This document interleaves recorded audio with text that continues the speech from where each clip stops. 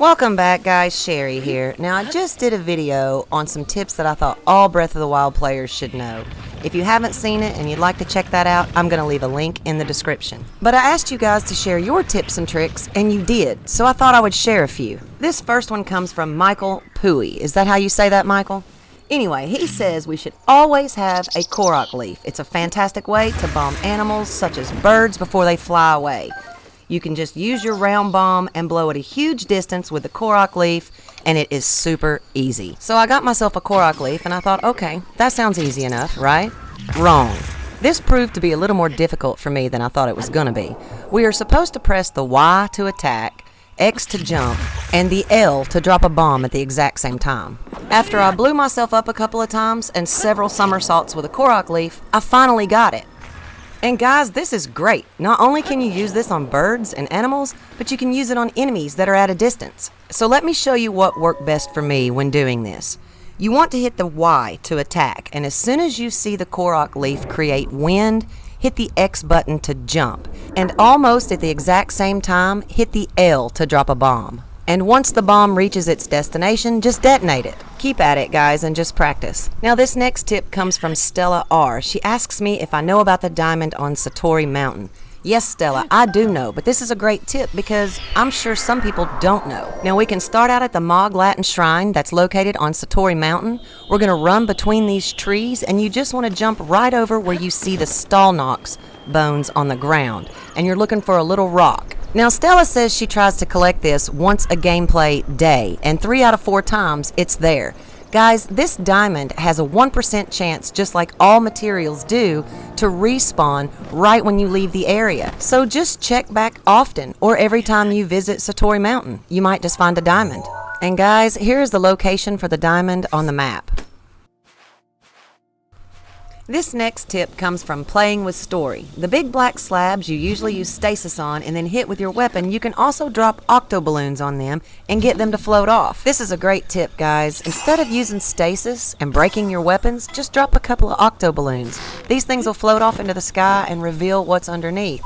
And guys, these can be used on lots of different things, such as getting those hard-to-reach Koroks. If you're trying to get a rock up high, just drop a couple of Octo Balloons on it, stasis it, and then hit it with your arrows. Now, this next tip, it also comes from Michael. Now, Michael, you really like these bombs, but what he tells us to do is a Kibako Launch, I guess that's how you say it, with a wooden box. And the way he explains it is to take a square bomb and put it on one corner of a wooden box, and then climb up top and stand on the opposite corner and then detonate it.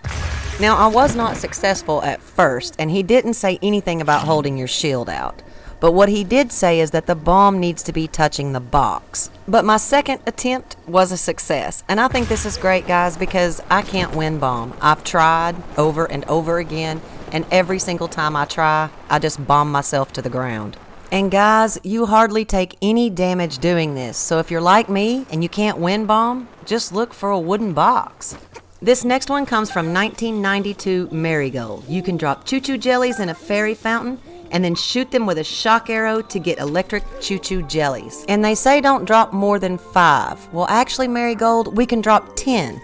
But when you shoot the shock arrow, just make sure and don't shoot the actual Chu Chus. You want to shoot beside them. And guys, this goes for any item that you're trying to drop out of your inventory. Don't drop more than 10 because they will start to disappear. But if you really need those yellow Chu Chus, this is a great tip. Okay, this next tip comes from Syed Ahmed Azad. I am so sorry if I didn't say that correctly. When battling Wizrobes, keep an ear out for when they are chanting. Wik-wee-you, wik-wee-you, wik-wee-you. I guess is how you say that. No, but what we're listening for is when they start chanting like this. And he says to hit them with an arrow and interrupt their chant to avoid an elemental storm. Now, I didn't know this, and I think it's a great tip because have you guys ever been in one of these elemental storms? I mean, you can have ice, electricity, and fire. They are not a lot of fun, so next time you hear them chanting, just hit them with an arrow. Or we could do like Serp58 says and hit a fire enemy with an ice arrow, or an icy enemy with a fiery weapon or arrow. So just use the elemental opposites. When you see a fiery enemy, just use an ice weapon or an arrow. Or if you see an icy enemy, just use a fiery weapon or an arrow. But my personal favorite, I don't know if you guys are aware, but you can throw a bomb at these wild seals, knock them a little silly, and they're easy to catch. But if you'd like to see where you can get 60 hardy bass, click here. And thank you guys so much for the tips. I hope this helps some of you. And if you're new to the channel, I hope you consider subscribing. And I'll just catch you guys next time.